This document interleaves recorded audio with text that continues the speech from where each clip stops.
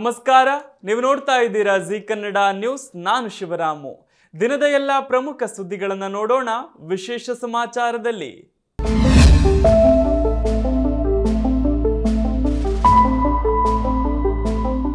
SSLC ಹಾಗೂ ದ್ವಿತೀಯ PUC ಪರೀಕ್ಷೆಯ ತಾತ್ಕಾಲಿಕ ವೇಳಾಪಟ್ಟಿ ಪ್ರಕಟವಾಗಿದೆ. ಕರ್ನಾಟಕ ಶಾಲಾ ಪರೀಕ್ಷೆ ಮತ್ತು ಮೌಲ್ಯ ನಿರ್ಣಯ ಮಂಡಳಿ ವೇಳಾಪಟ್ಟಿಯನ್ನು ಪ್ರಕಟಿಸಿದೆ. ದ್ವಿತೀಯ ಪಿಯುಸಿ ಪರೀಕ್ಷೆಗಳು 2026ರ ಫೆಬ್ರವರಿ 28ರಂದು ಪ್ರಾರಂಭವಾಗಲಿದ್ದು ಮಾರ್ಚ್ 17ರಂದು ಪರೀಕ್ಷೆಗಳು ಮುಕ್ತಾಯಗೊಳ್ಳಲಿವೆ.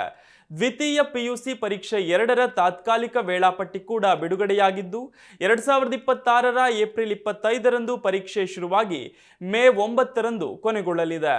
ಇನ್ನು ದ್ವಿತೀಯ ಪಿಯುಸಿ ಪರೀಕ್ಷೆಯ ನಂತರ ಎಸ್ಎಸ್ಎಲ್ಸಿ ಪರೀಕ್ಷೆಗಳು ನಡೆಯಲಿವೆ. 2026ರ ಮಾರ್ಚ್ 18ರಂದು ಆರಂಭವಾಗಿ ಏಪ್ರಿಲ್ 1ರಂದು ಎಸ್ಎಸ್ಎಲ್ಸಿ ಪರೀಕ್ಷೆಗಳು ಮುಗಿಯಲಿವೆ. ಎಸ್ಎಸ್ಎಲ್ಸಿ ಪರೀಕ್ಷೆ 2 ಮೇ 18ರಂದು ಆರಂಭವಾಗಿ ಮೇ 25ರಂದು ಕೊನೆಗೊಳ್ಳಲಿದೆ.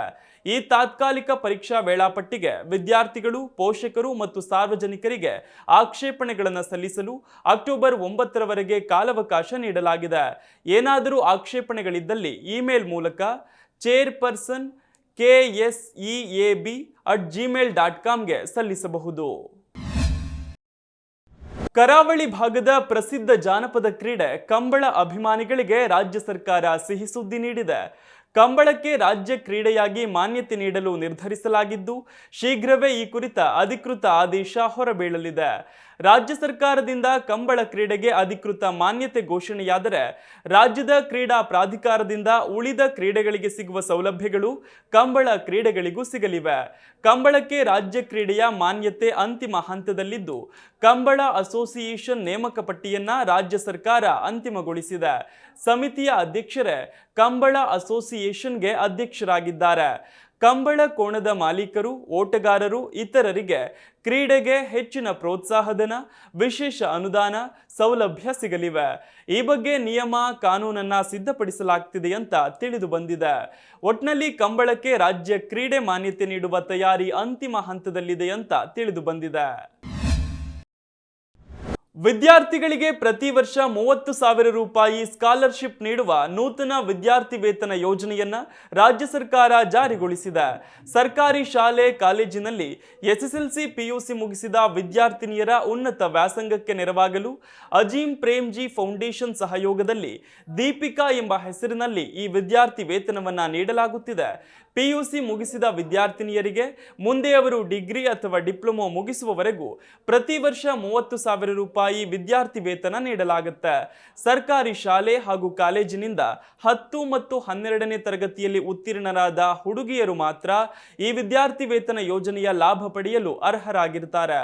ಜೊತೆಗೆ ಈ ವರ್ಷ ಅಂದ್ರೆ 2025-26ರ ಶೈಕ್ಷಣಿಕ ವರ್ಷದಲ್ಲಿ ಮೊದಲ ಬಾರಿಗೆ ಅವರು ಯಾವುದೇ ಪದವಿ ಅಥವಾ ಡಿಪ್ಲೊಮೊ ಕೋರ್ಸ್ನಲ್ಲಿ ನಿಯಮಿತ ವಿದ್ಯಾರ್ಥಿಯಾಗಿ ಪ್ರವೇಶ ಪಡೆದಿರಬೇಕು.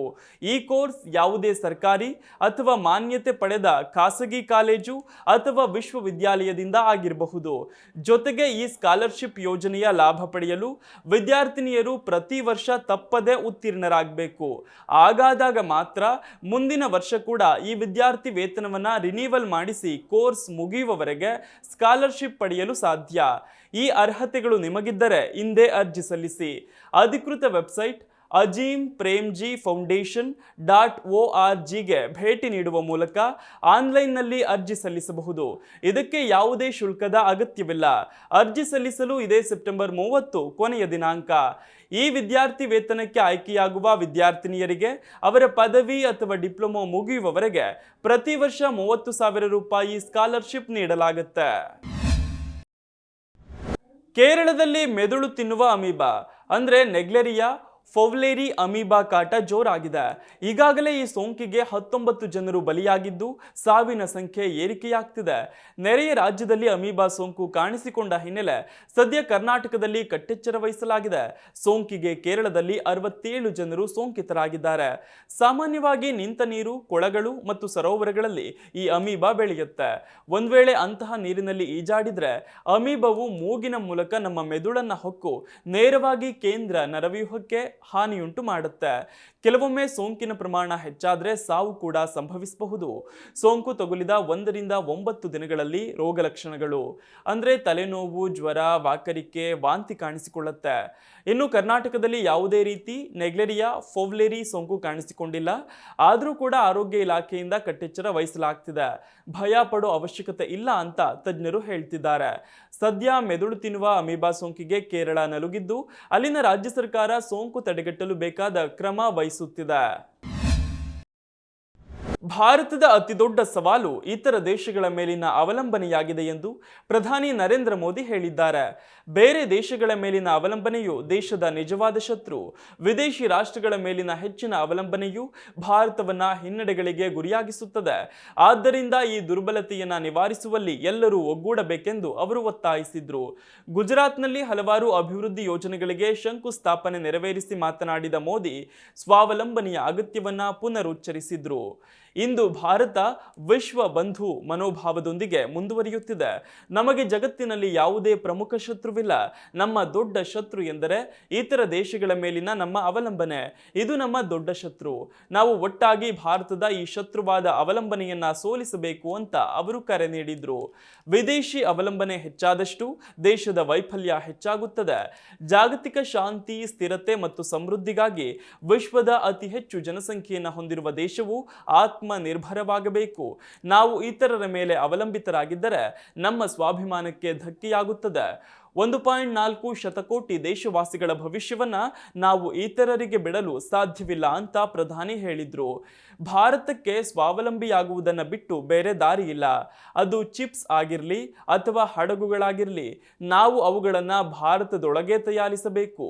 ಭಾರತದ ಅಭಿವೃದ್ಧಿಯನ್ನ ಇತರ ದೇಶಗಳ ಮೇಲೆ ಬಿಡಲು ಸಾಧ್ಯವಿಲ್ಲ. ಹಾಗೆ ಭಾರತದ ಭವಿಷ್ಯದ ಪೀಳಿಗೆಯನ್ನ ಪಣಕ್ಕಿಡಲು ಸಾಧ್ಯವಿಲ್ಲ. ನಮ್ಮ ದೇಶದ 100 ದುಃಖಗಳಿಗೆ ಒಂದೇ ಒಂದು ಔಷಧಿ ಎಂದರೆ ಅದು ಸ್ವಾವಲಂಬಿ ಭಾರತ ಅಂತ ಪ್ರಧಾನಿ ಹೇಳಿದ್ರು. ಅಮೆರಿಕ ಅಧ್ಯಕ್ಷ ಡೊನಾಲ್ಡ್ ಟ್ರಂಪ್ H-1B ವೀಸಾ ಅರ್ಜಿ ಶುಲ್ಕದಲ್ಲಿ ಬದಲಾವಣೆಯನ್ನು ಘೋಷಿಸಿದ ನಂತರ ಹಾಗೂ ಸುಂಕವನ್ನು ಹೆಚ್ಚಿಸಿದ ನಂತರ ಹೆಚ್ಚುತ್ತಿರುವ ಕಳವಳದ ನಡುವೆ ಪ್ರಧಾನಿ ನರೇಂದ್ರ ಮೋದಿ ಈ ಹೇಳಿಕೆ ನೀಡಿದ್ದಾರೆ. ವಿಶ್ವ ಮಟ್ಟದಲ್ಲಿ ಈ ಹಿಂದೆ ಯಾರೂ ಮಾಡದ ಕೆಲಸ ನಾನು ಮಾಡಿದ್ದು, ನನಗೆ ನೊಬೆಲ್ ಶಾಂತಿ ಪ್ರಶಸ್ತಿ ಬರಲೇಬೇಕು ಎಂದು ಅಮೆರಿಕದ ಅಧ್ಯಕ್ಷ ಡೊನಾಲ್ಡ್ ಟ್ರಂಪ್ ಹೇಳಿದ್ದಾರೆ. ಭಾರತ ಪಾಕಿಸ್ತಾನ ನಡುವಿನ ಸಂಘರ್ಷವನ್ನ ವ್ಯಾಪಾರ ಮಾತುಕತೆ ಮೂಲಕ ಪರಿಹರಿಸಿದ್ದೇನೆ. 7 ಯುದ್ಧಗಳನ್ನು ಅಂತ್ಯಗೊಳಿಸಿದ್ದೇನೆ. ಇದಕ್ಕಾಗಿ ನನಗೆ ನೊಬೆಲ್ ಶಾಂತಿ ಪ್ರಶಸ್ತಿ ಬರಬೇಕು ಎಂದಿದ್ದಾರೆ ಟ್ರಂಪ್ ಮಹಾಶಯ. ವಿಶ್ವ ಮಟ್ಟದಲ್ಲಿ ಈ ಹಿಂದೆ ಯಾರೂ ಮಾಡದ ಗೌರವಾನ್ವಿತ ಕೆಲಸಗಳನ್ನು ನಾನು ಮಾಡಿದ್ದೇನೆ ಅಂತ ಅವರು ತಮ್ಮ ಬೆನ್ನು ತಾವೇ ತಟ್ಟಿಕೊಂಡಿದ್ದಾರೆ. ನಾನು ಶಾಂತಿ ಒಪ್ಪಂದಗಳನ್ನು ರೂಪಿಸುತ್ತಿದ್ದು ಯುದ್ಧಗಳನ್ನು ನಿಲ್ಲಿಸುತ್ತಿದ್ದೇನೆ. ಭಾರತ ಮತ್ತು ಪಾಕಿಸ್ತಾನ ನಡುವಿನ ಯುದ್ಧವನ್ನು ನಿಲ್ಲಿಸಿದ್ದೇನೆ ಅಂತ ಟ್ರಂಪ್ ಮತ್ತೆ ತಮ್ಮನ್ನ ತಾವೇ ಹೊಗಳಿ ಅಟ್ಟಕ್ಕೇರಿಸಿಕೊಂಡಿದ್ದಾರೆ. ಭಾರತ ಮತ್ತು ಪಾಕಿಸ್ತಾನ ಯುದ್ಧದ ಬಗ್ಗೆ ಯೋಚಿಸಿ, ನಾನು ಅದನ್ನು ಹೇಗೆ ನಿಲ್ಲಿಸಿದೆ ಅಂತ ನಿಮಗೆ ತಿಳಿದಿದೆ ಅಂತ ಕತೆ ಹೇಳಿದ್ದಾರೆ. ವಿಶ್ವ ಮಟ್ಟದಲ್ಲಿ 7 ಯುದ್ಧಗಳನ್ನು ನಿಲ್ಲಿಸಿದ್ದೇನೆ. ಭಾರತ ಮತ್ತು ಪಾಕಿಸ್ತಾನ, ಥೈಲ್ಯಾಂಡ್ ಮತ್ತು ಕಾಂಬೋಡಿಯಾ, ಅರ್ಮೇನಿಯಾ ಮತ್ತು ಅಜರ್ಬೈಜಾನ್, ಕೊಸೊವೊ ಮತ್ತು ಸೆರ್ಬಿಯಾ, ಇಸ್ರೇಲ್ ಮತ್ತು ಇರಾನ್, ಈಜಿಪ್ಟ್ ಮತ್ತು ಇಥಿಯೋಪಿಯಾ, ರುವಾಂಡಾ ಮತ್ತು ಕಾಂಗೋ, ಈ ಎಲ್ಲ ಯುದ್ಧಗಳನ್ನು ನಾನು ನಿಲ್ಲಿಸಿದ್ದೇನೆ ಅಂತ ಅಮೆರಿಕ ಅಧ್ಯಕ್ಷ ಹೇಳಿದ್ದಾರೆ. ಹೀಗಾಗಿ ವಿಶ್ವದಲ್ಲಿ ಈ ಹಿಂದೆ ಯಾರೂ ಮಾಡದ ಕೆಲಸ ನಾನು ಮಾಡಿದ್ದೇನೆ. ನನಗೆ ನೊಬೆಲ್ ಶಾಂತಿ ಪ್ರಶಸ್ತಿ ಬರಲೇಬೇಕು ಅಂತ ಟ್ರಂಪ್ ಪ್ರಶಸ್ತಿಗಾಗಿ ಟವಲ್ ಹಾಕಿದ್ದಾರೆ. ಇದಿಷ್ಟು ಈ ದಿನದ ಪ್ರಮುಖ ಸುದ್ದಿ. ನೋಡ್ತಾ ಇರಿ ಜಿ ಕನ್ನಡ ನ್ಯೂಸ್, ಸತ್ಯವೇ ಸುದ್ದಿಯ ಜೀವಾಳ.